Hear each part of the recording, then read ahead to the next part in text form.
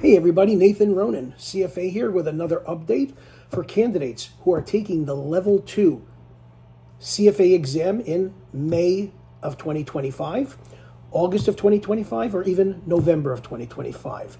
If you're taking the exam right now in May, this is a very timely update that you might want to listen to in terms of mock exams and the pitfalls that people fall into as Level 2 candidates taking the mock exams that they've purchased. If you want to continue receiving these updates on a weekly or bi-weekly basis as I update them and as I put them on the social media, on YouTube and the like, please press the subscribe button now and the notifications bell so that you can be aware of these when I post them. Nathan, I'm doing mock exams for the Level 2 exam, thinking of purchasing yours, or I've purchased yours, or I have all three of them. Nathan, what kind of score should I be getting? I got a very low score. What should I be worried? I'm comparing my scores to other people. Get all these questions all the time. Every exam cycle, they're repetitive. So I want to put this little excerpt together for you so that you can get a better sense of where you should be in terms of doing mock exams and what you can expect from a mock exam and what you can't. So really the biggest thing to do is talk about the pitfalls the Level 2 candidates make when they're doing their mock exams and preparing for their Level 2 real exam. Keep in mind that the CFA Institute has not released the actual CFA Level 2 exam since 2004. Okay. 2004 was the final year that they released the actual exam for candidates to look at. And the structure of the exam was very different. There was part multiple choice and part essays in the Level 2 exam. Now it's all item sets. So since it's become an item set exam, there's been no release of the Level 2 exams. So you're sort of operating in the dark. And obviously if you're operating in the dark, you want some light. You want to be able to see success. You want to see the light at the end of the tunnel. So you rely on the CFA Institute for mock exams, or you rely on third-party prep providers like myself for mock exams. And you buy them and you use them, and sometimes you succeed, sometimes you don't. But here's the problem. What are the pitfalls that people fall into and that you should avoid so that you have a better chance of succeeding on the real exam? First one is focusing on your scores on the mock exams. I realize that by nature, you want to say, hey, I got an 80 on, chalk and boards mock exam, or I got a 40 on XYZ's mock exam, or I got a 75 on another mock exam. Those are all great. They are numbers. They are a percentage of the questions that you got right. Fantastic. But that does not transfer into your actual score on the real exam, because the only people that are creating your exam is the CFA Institute. The CFA Institute is basing their questions on the CFA curriculum, the learning ecosystem, and their products, and they're not focusing on what it says in the prep provider's materials. Okay, so you have to keep that in mind. If I were designing the exam for the CFA Institute, for the real CFA exam, then yeah, I could give you a better idea of, you got a 40 on my exam, you're not doing well. Getting a 70, you're doing quite well. If, again, we ask very similar questions on the real exam. So focusing on your scores is counterproductive. You should only be focusing on your scores in terms of two things. Number one, are you managing your time correctly? Are you able to finish each of the sessions in the allocated time or in less time so that you have time to review any answers you weren't sure about or what you want to come back to? That's the first thing, is time management. And then the second thing that you want to take a look at is, hey, what kinds of things am I getting wrong here? Maybe I need to go over this a little bit better if they happen to ask it on the exam. Okay. Remember, there's only 88 questions on the Level 2 exam. They can't ask everything in the program. Just because you got something wrong on my exam or another prep provider's exam doesn't mean that it's going to get asked on the real exam. Okay, so you have to be very careful about focusing on your scores, which relates to pitfall number 2, the correlation of your scores to the real exam score that you're going to get. You're doing 5 mock exams, one from company A, one from company B, one from company C, one from chalk and board, and one from the CFA Institute. You're going to see many of the topics similarly tested because they're big topics that you need to know. Okay.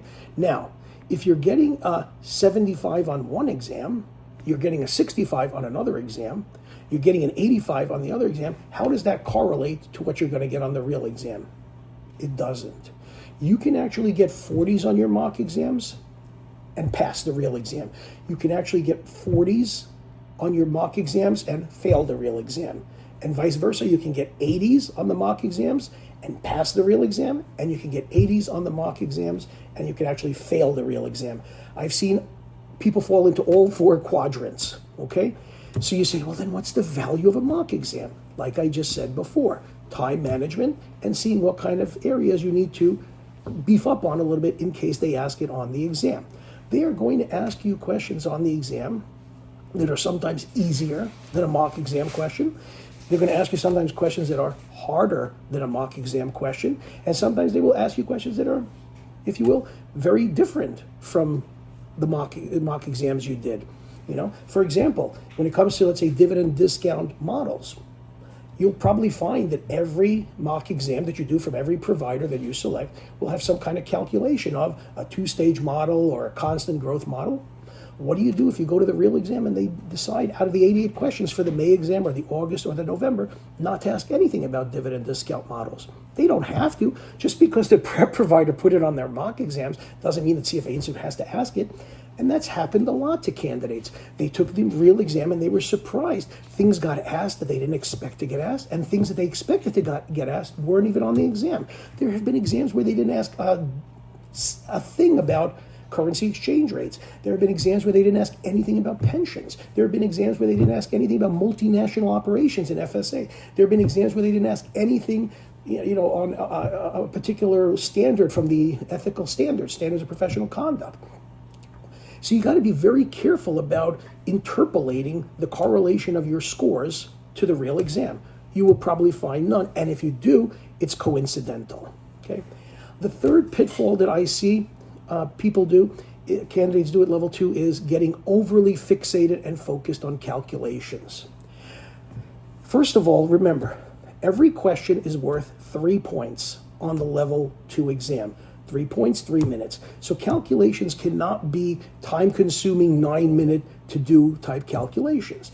The CFA Institute has said many a time at level 1, level 2, and level 3 that no more than 30% of their questions will have some kind of calculation involved. So if you do 30% on 88, you're talking about approximately a maximum of 25 questions.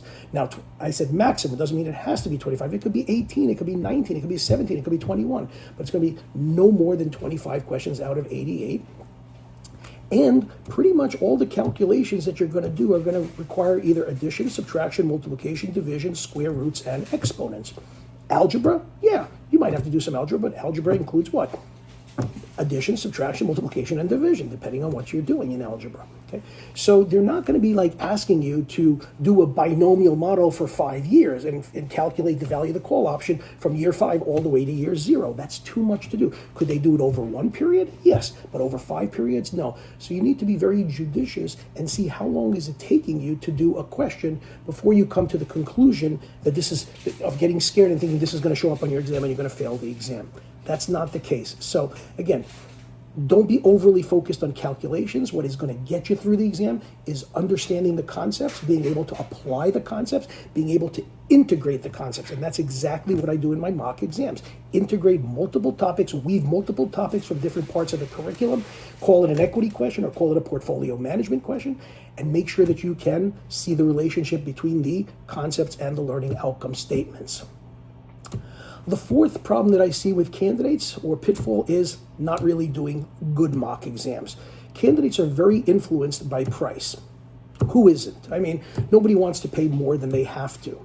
But let's face it, if you have a mock exam of 88 questions and it's being sold to you for $10, and you have a mock exam of 88 questions and it's being sold to you for $100, under normal circumstances, you would expect a better quality from the higher price. It doesn't have to translate that way, but if the $100 exam is no good, word is going to get around very quickly. So you have to be very careful about looking only at price when you're selecting a mock exam. You want mock exams that are going to have integrated questions, that are going to weave different parts of the curriculum together for you, just like the real exam does.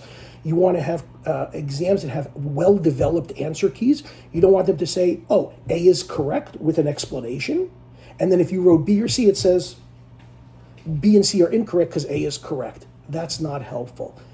Again, I understand that you might have a counter argument. Well, the prep provider is selling it to so many people, so they're, sort of like there's a reduced cost per person. It doesn't matter. There's time, energy, knowledge, everything that's put into these exam questions. It is not easy to develop a good item set. Anybody can develop a question, but you have to make sure that the mock exam questions are really relevant questions and that they are really of a caliber that you would anticipate on exam day without being overly difficult or overly easy. A lot of mock exams have what we call linear questions that are straight out of the book, almost like end of chapter questions. That's bad.